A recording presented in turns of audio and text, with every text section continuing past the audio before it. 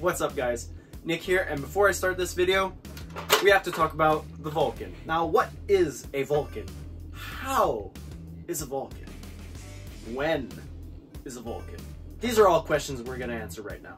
So the Nerf N-Strike Vulcan EBF-25 came out in 2008, and it's a belt-fed AEG blaster. And what that means, if my puny flywheel brain understands, is there's a gearbox in here, and basically the plunger gets the air goes into here, and then the dart goes out there.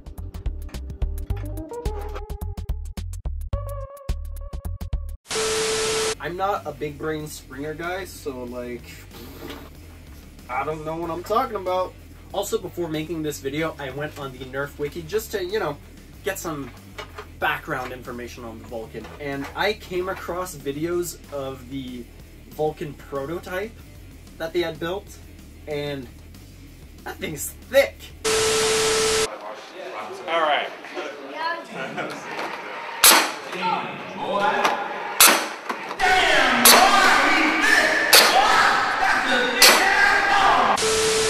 That thing's monstrous. It shoots like darts that are way bigger. Like, it's a cross between a Mega and like a Demolisher rocket.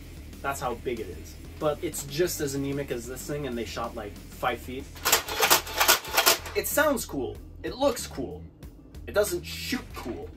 What I mean by that is that the range is absolutely terrible, and on top of that, it's extraordinarily heavy because it has like, what, 6 D cells in here? Let me check.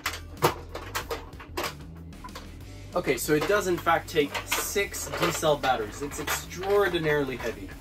And on top of that, it's a hip-fired blaster, meaning, like, you know, there's the grip, there's the handle, and you shoot it like this. There's no stock, there's no proper, like, grip on it, so it's kind of useless, but I really like the chunky aesthetic of the Vulcan. So when I saw Walcom's original video on the Deplorable, I just knew I had to make one, which is exactly what we're going to talk about today. Cool. Now things are about to get spicy. So this is my version of the Deplorable. There are some key differences between mine and the one in Walcom's video, which I highly recommend you go watch right now before watching the rest of this video. Basically, the first visual difference is that I actually used the stock of the Deploy, and what I did for the battery, since it's not located in the stock anymore, I basically added plastic to the back of the battery housing, and I completely removed the front of the Vulcan and just replaced it with like a scrap piece of plastic. This is completely removable, so on either side, I basically just didn't put these screws back in, that way I could pull it apart. And just like that, you have access to the original battery tray, which is where I keep my 3S LiPo. So let me just reassemble this real quick. Come on. Come on. There we go. Bingo. When I originally assembled this thing, I did indeed use a stock Rapid Strike flywheel cage. The only thing is, I just found it was kind of lacking. And I had a flywheel cage that was lying around from my deceased Infinus build I was working on. Completely fried the whole thing because I didn't know how to properly tune the buck converter. So like my entire like 2S LiPo just went through my Infinus and fried the whole thing. So I basically took the flywheel cage I had built for that, which was, I believe, 3S Krakens with smooth black worker wheels with a 42.5mm open flywheel project cage, which I had printed myself. And I also used a 3D printed cage mount for the Vulcan, which is on Thingiverse. I'll have the link in the description below. So I could mount the flywheel cage vertically instead of horizontally. And let me tell you, this thing is spicy.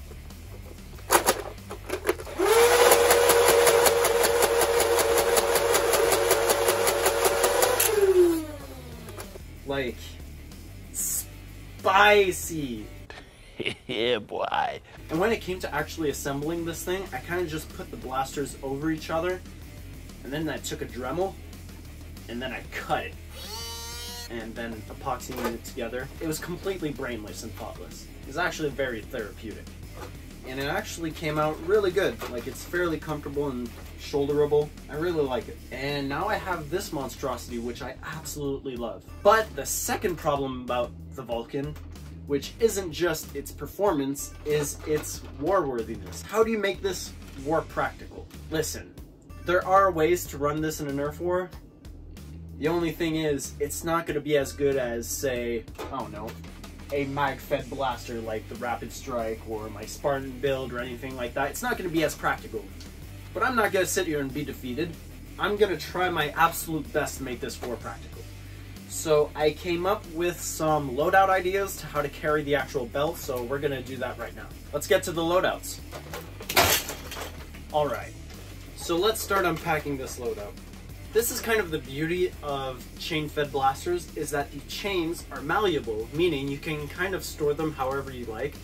For instance, I found out you can actually, it's kind of difficult, but you can stuff these into AK pouches for AK mags, which you can indeed use Nerf magazines in AK pouches.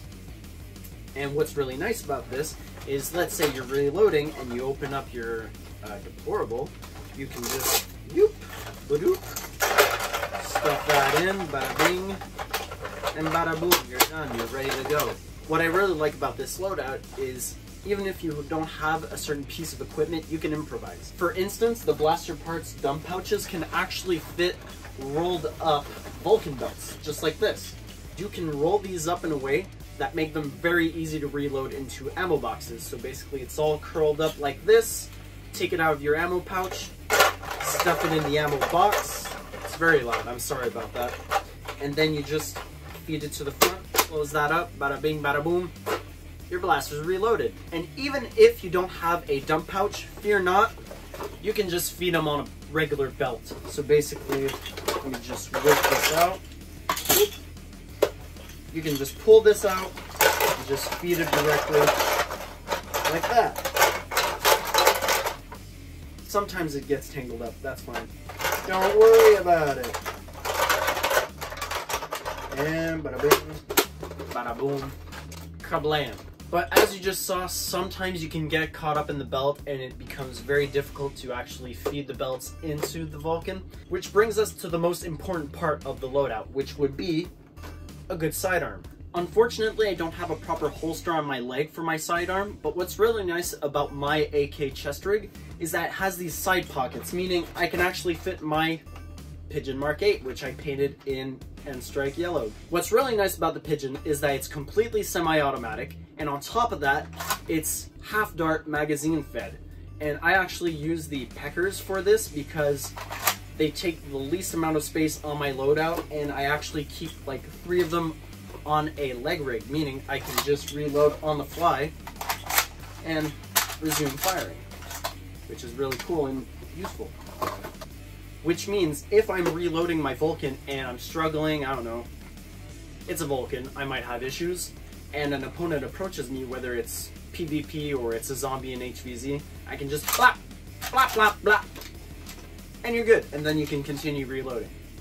So that's neat and handy to have.